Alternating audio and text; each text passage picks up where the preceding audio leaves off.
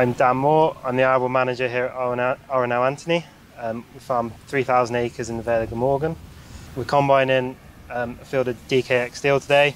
It's yielding roughly about the 5 tonne a hectare mark, coming off the combine at about 10% moisture. It's looked very well throughout the season.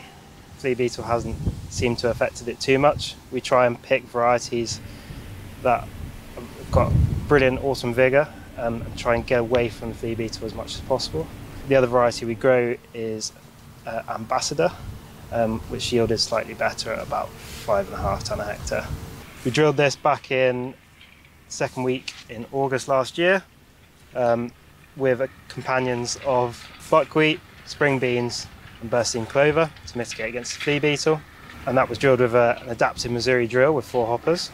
Then had an application of digestate in the seed bed and then another one later on, along with an application of double top as well. We're really happy with the rape this season. It's averaging just between 5 and 5.5 tonne a hectare across the 2 varieties, and yeah, really pleased. Hope the wheat follows.